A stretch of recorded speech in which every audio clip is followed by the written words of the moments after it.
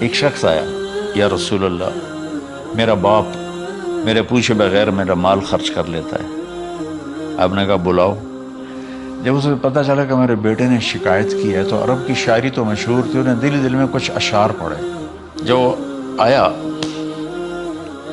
تو جبریل پہلے آ گئے، یا رسول اللہ اللہ تعالیٰ کہہ رہے ہیں آپ اس سے پوچھیں وہ شعر بتاؤ تیرے کانوں نے تو نہیں سنے، تیرے دل میں آئے تھے اور اللہ نے سن لیے۔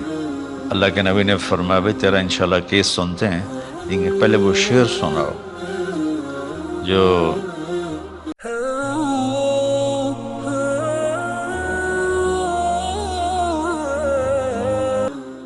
بسم اللہ الرحمن الرحیم والصلاة والسلام علی رسولہ الکریم وعلی آلہ وصحبہ اجمعین۔ میرے محترم بھائیوں، بہنوں، دوستوں، بزرگوں، بچوں، بچیوں، جانے انجانے سب کو، اہل ایمان کو میرا السلام علیکم ورحمۃ اللہ وبرکاتہ۔ پچھلی ویڈیو اس میں نے تھوڑا سا والدین کے حقوق بتائے تھے۔ وَقَضَىٰ رَبُّكَ أَلَّا تَعْبُدُوا إِلَّا إِيَّاهُ، اس پر بات کر لی تھی مختصر۔ تو میں ایک واقعہ سنانا چاہتا تھا، تھوڑا اشارہ کیا تھا کہ ایک بدو آیا صحابی کا، یا رسول اللہ میرا باپ مجھ سے پوچھے بغیر میرے مال کو خرچ کر دیتا ہے۔ آپ نے فرمایا بلاؤ بھائی۔ جب اسے پتہ چلا کہ میرے بچے نے میری شکایت کی ہے تو اسے بڑا دکھ ہوا، تو اس نے دل ہی دل میں چند اشعار پڑھے، زبان پہ ادا نہیں، دل میں آئے۔ تو جب وہ مسجد میں انٹر رہا تو جبریل پہلے آئے بیٹھے تھے کہ یا رسول اللہ اللہ فرما رہے ہیں اس سے کہو کہ پہلے وہ اشعار سنائے جس کو اس کے کانوں نے نہیں سنا، لیکن اللہ نے من فوق عرش ہی سن لیا ہے، عرش کے اوپر اللہ نے سن لیا ہے۔ تو آپ نے اس سے ارشاد فرمایا کہ تمہاری بات ہم سنتے ہیں باپ بیٹے کی، لیکن پہلے وہ شعر سناؤ جو تیری زبان سے ادا نہیں ہوئے، تیرے کانوں نے نہیں سنے، تیرے دل کی گونج تھی اور تیرے دل کی آہ اور فریاد تھی جو دل ہی میں گھٹ کے رہ گئی، اسے اللہ نے سنا ہے۔ وہ کہتا ہے سناؤ۔ کہنے لگا یا رسول اللہ آپ کا رب ہر وقت ہمارے ایمان کو آپ پر زیادہ سے زیادہ بڑھاتا رہتا ہے، اس ذات کی قسم جس کے قبضے میں میری جان ہے۔ یہ چند میرے دکھ بھرے خیالات الفاظ کی شکل میں ڈھلے، لیکن میری بزم تصور میں ہی رہے اور وہیں دفن ہو گئے، باہر نہیں نکلے، میری زبان سے ادا نہیں ہوئے، میرے کانوں نے نہیں سنا، آپ کے رب نے سن لیا۔ آپ نے کہا اچھا بتاؤ تم نے کہا کیا تھا؟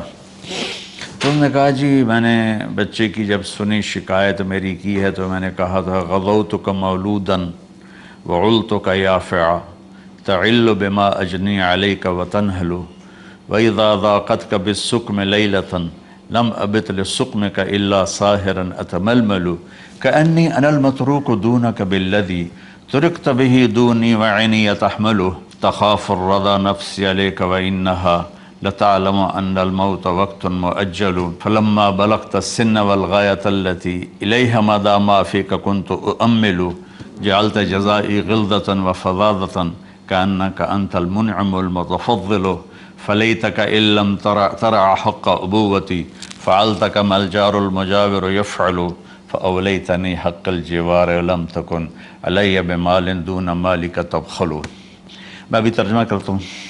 اس کا میرے نبی پر کیا اثر ہوا کہ آپ کے ٹپ ٹپ آنسو گر رہے تھے اور آپ کی داڑھی آپ کے آنسوں سے تر ہو رہی تھی۔ یہ اتنا فصیح کلام ہے کہ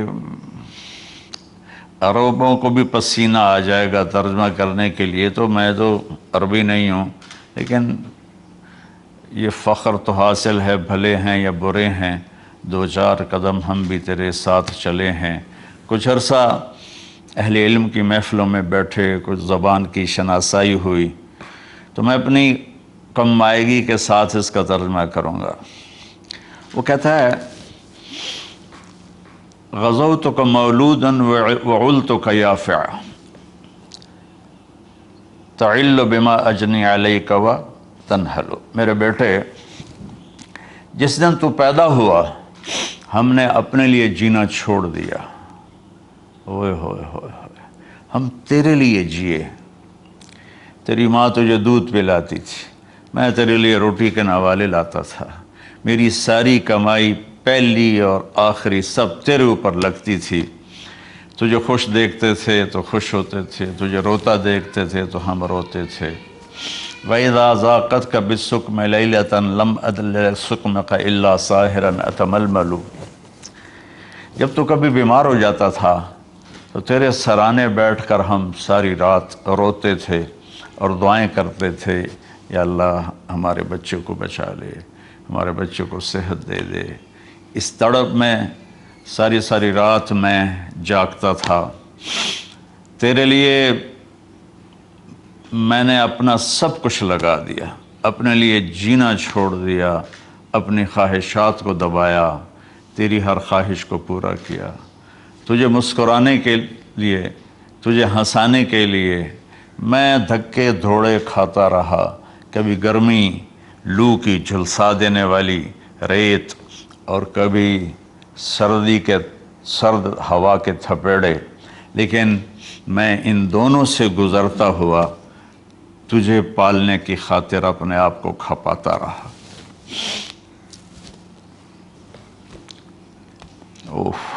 فَلَمَّا بَلَغْتَ السِّنَّ وَالْغَایَةَ الَّتِي إِلَيْهَا مَدَى مَا فِيكَ كُنْتُ أُؤَمِّلُ. بیٹا میں نے اپنے ہڈیوں کا رس بھی تیرے اندر ڈال دیا.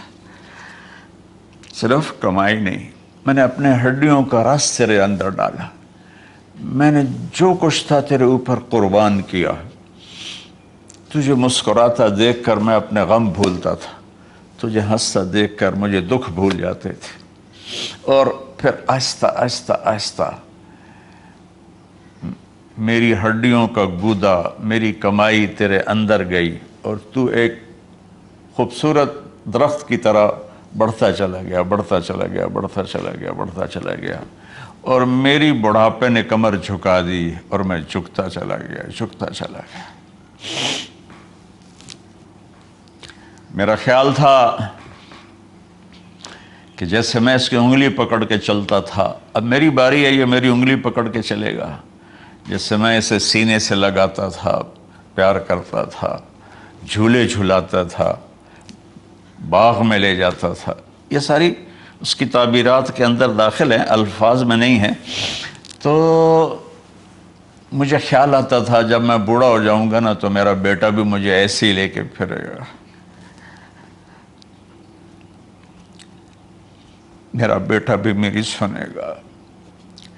یہ 100 دفعہ پوچھتا تھا یہ کیا ہے، اور میں ہر دفعہ جواب دیتا تھا یہ ہے. تو اب میں بوڑھاپے میں اس سے بات کروں گا، یہ میری بات سنے گا. میں اس کو نوالے کھلاتا تھا، یہ مجھے روٹی کھلائے گا. میں اس کا انگلی پکڑ کے چلتا تھا، یہ میرا ہاتھ پکڑ کے چلے گا. میری کمر بڑھاپے نے جھکا دی اور میں ایک خشک پیڑ کی طرح ہو گیا، اور جوانی نے تیری کمر کو سیدھا کیا اور تو ایک تر و تازہ درخت بن گیا.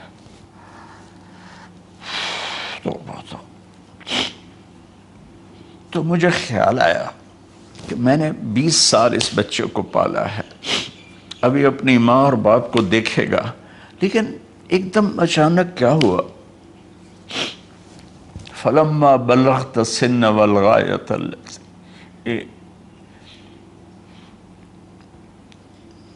إِلَيْهَا مَدَى مَا فِيكَ كُنْتُ أُؤَمِّلُ. جب تو اس عمر کو پہنچا جس میں ہماری امیدیں تیرے ساتھ لگ گئیں، ہمیں بڑھاپے نے بے آسرا کر دیا اور تیری جوانی نے تجھے ہمت دے دی. تب ہمارا خیال آیا کہ اب یہ ہمارے ساتھ وہی کرے گا جو ہم نے اس کے ساتھ کیا. لیکن کیا ہوا، جعلت جزائی غلظة وفظاظة كأنك أنت المنعم المتفضل.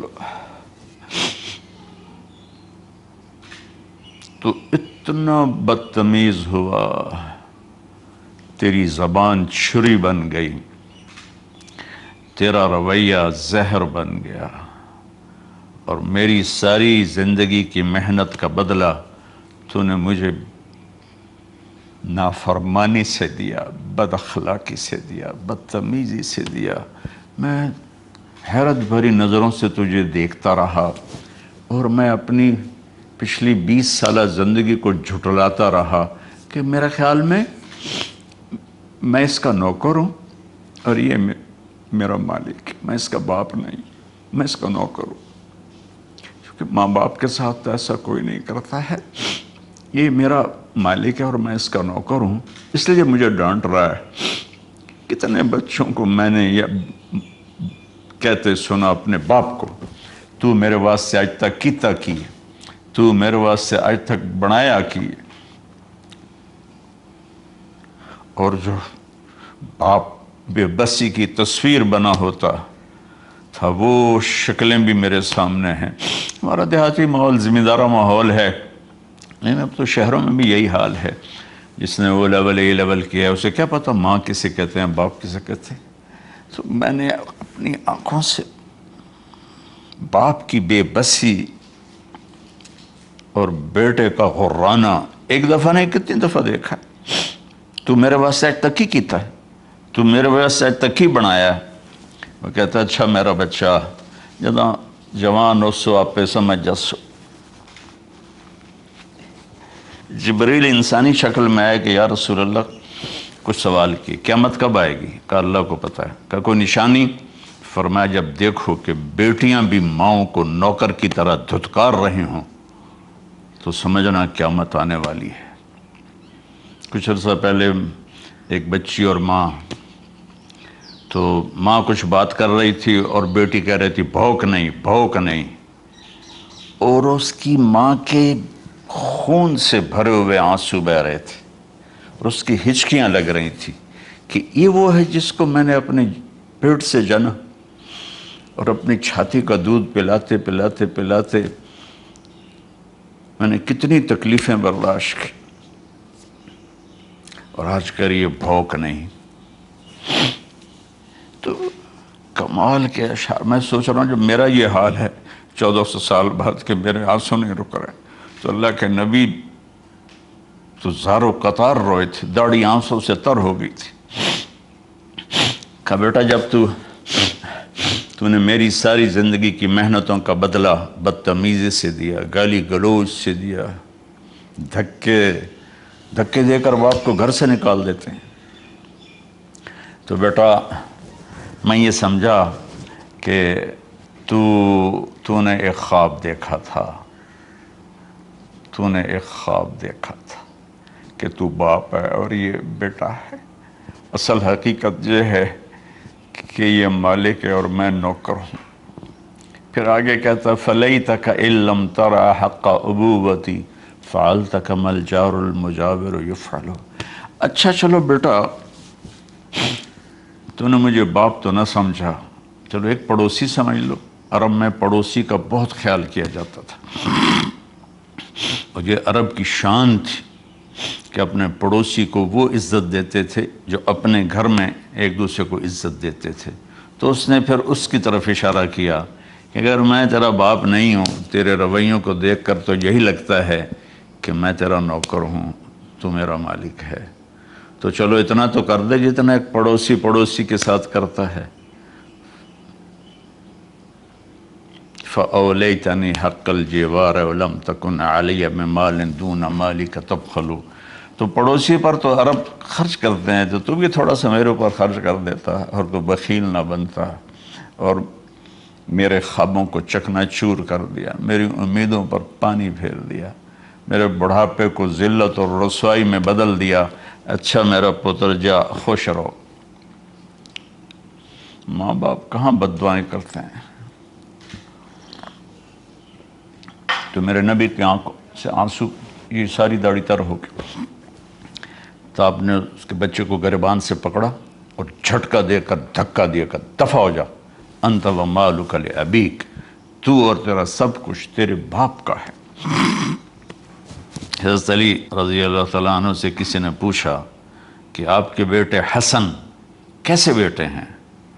کہا حسن میرا وہ بیٹا ہے کہ جب میں چلتا ہوں تو میرے آگے نہیں چلتا، میرے پیچھے چلتا ہے، جب کہیں بیٹھنے کا موقع آتا ہے تو یہ پہلے نہیں بیٹھتا، پہلے مجھے بٹھاتا ہے پھر خود بیٹھتا ہے۔